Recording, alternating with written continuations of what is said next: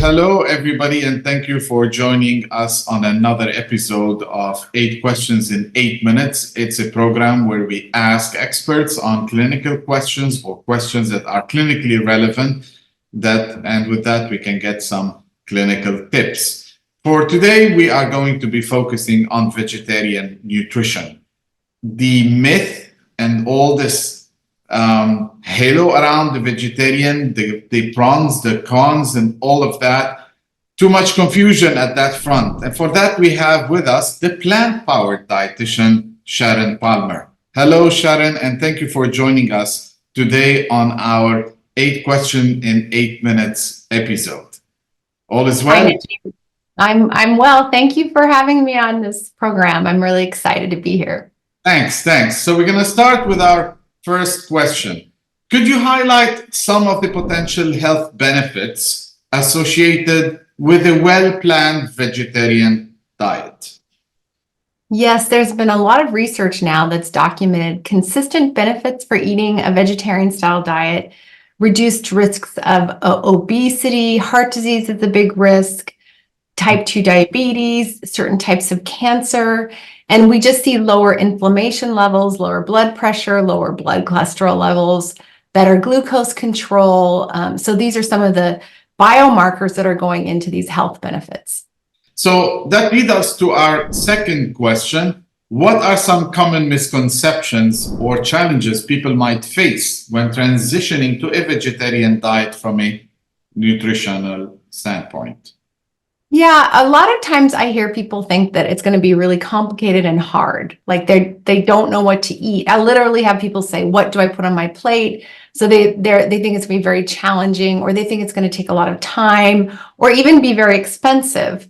However, I try to help show that it can be very simple. It can be easy meals, and you can actually save money because things like beans are a less expensive protein source.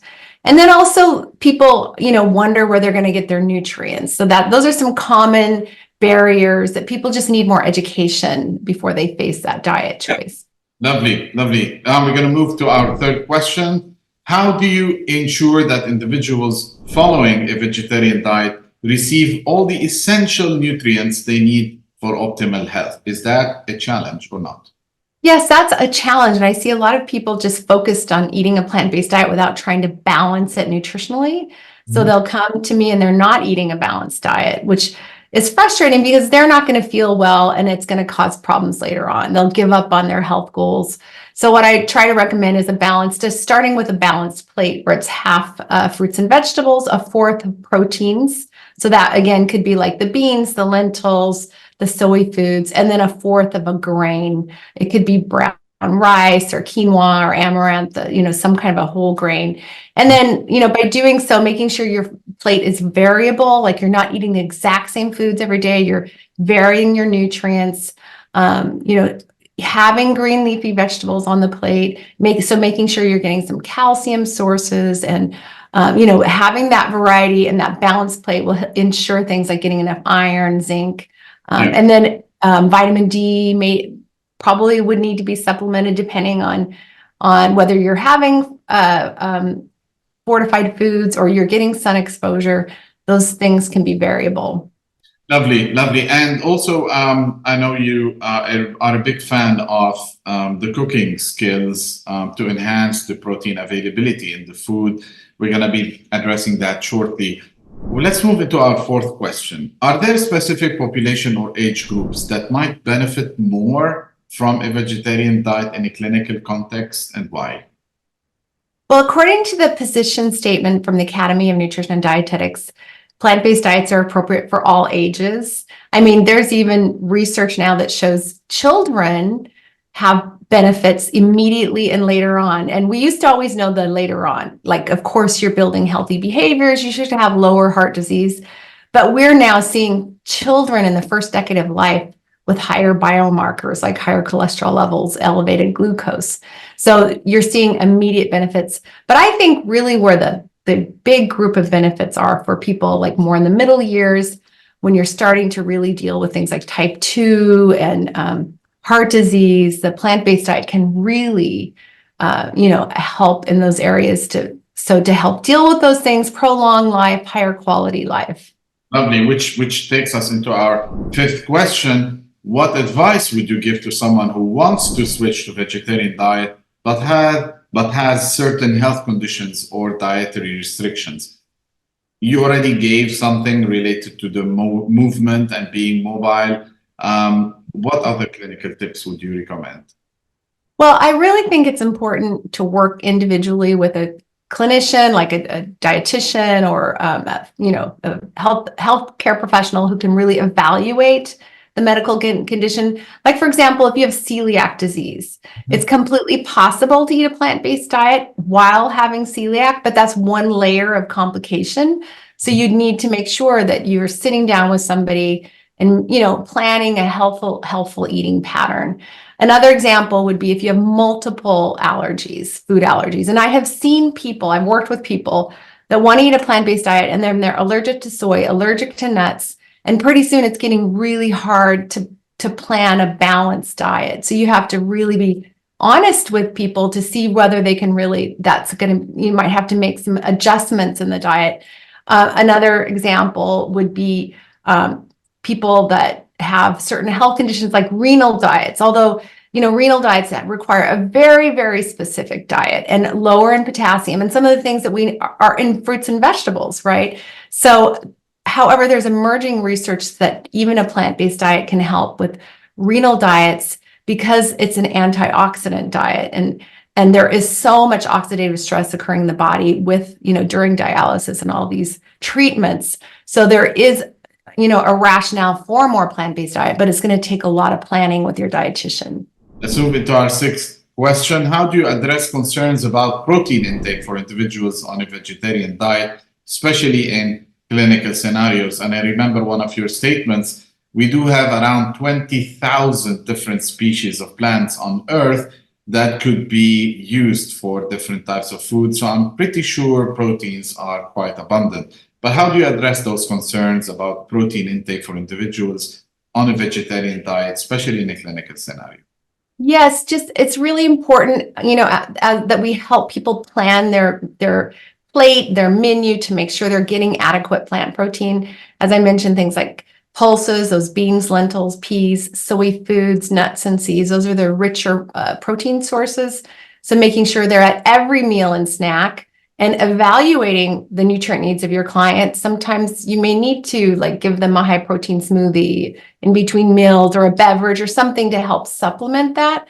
But I think it's a matter of evaluating to make sure that they are meeting their needs and keeping in mind, as you mentioned, there's certain techniques we can do in the kitchen to make our protein more bioavailable, like soaking, sprouting, cooking thoroughly. Some of these foods can help make that more bioavailable, because we do know that this high fiber diet that comes with a plant-based diet can inhibit some of the absorption of nutrients like protein. So learning a little bit about that too can help. Lovely, which actually answers question number 7. We're gonna move into question number 7, which is a replacement for that. Could you elaborate more on the role of the behavioral modification techniques you use in your clinic to support long-term vegetarian diet management for your patients? There's a lot of psychological input that you... Yeah. So can you give us a bit of tips, clinical tips there? Yeah, I mean, if you have a client that you're working with who's interested in eating a more plant-based diet, or you're interested in introducing that diet with that client, I think it's really important to really identify what the goals are for that client. I mean, you may have some people that really just want to go all in and day one eat this healthy, whole plant-based diet, or you may have some that are a little fearful, they want to take a more gradual approach. And I always recommend, even if someone's really excited about doing this diet, to give them some kind of a warm-up phase where you're educating them a little bit, letting them try some of these techniques so that they're ready and feel successful. Because a lot of times what happens is people don't quite have the tools, and then the diet just doesn't work for them. They're not feeling energized, they're hungry, they're not they don't have those foods on hand, and then they just give up and say that diet pattern didn't really work for them. But if they're prepared, they know what their key foods are, their refrigerator is stocked, and they feel really good about how to do this, the success is going to be so much greater. Moving to our eighth question. In your experience, what are some of the most significant positive health outcomes you've observed in patients adopting a vegetarian diet? So I mean, one of the things that you see quite often is healthier weight, and that's been documented in the literature. There's a increased, benefit for a healthier weight. Some of the studies show one entire BMI range difference when people start, eating a plant-based diet and stick with it, over the long term. And that's not counting calories or anything. That's just a diet pattern. So I think the healthy weight is a big one. And then the other one would be heart health. There's pretty convincing research showing the major benefits in terms of reducing blood pressure, blood cholesterol levels, the metabolic syndrome, those kinds of things that affect cardiovascular health. And then type 2 diabetes, kind of leading into type 2 diabetes. There's a lot of research showing people who eat a plant-based diet have a much lower risk of even getting it. And it's also good for helping to manage it. So I think those are the big areas where you could really see the most impact. And have you seen an improvement in the inflammatory parameters, especially in research or in your clinic? I have seen that. I have seen, those biomarkers go down when you look at CRP levels being tested. You can see the CRP levels going down.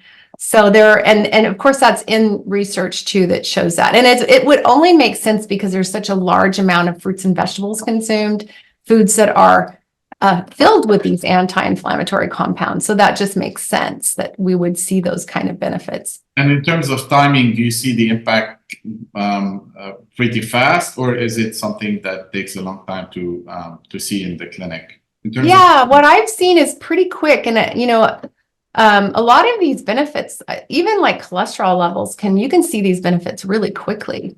So, that's encouraging to the client. It's not something they have to go back a year later and see a benefit, So I think that's really encouraging. Brilliant. Sharon, thanks you very much for being with us today and shedding some light on the vegetarian, knowing you're the plant-powered dietitian, and looking forward to see you in this region again. Thank you all for joining us on this session. We'd love to see your comments below and hope to see you on another episode of 8 Questions in 8 Minutes. Thank you very much. Thank you.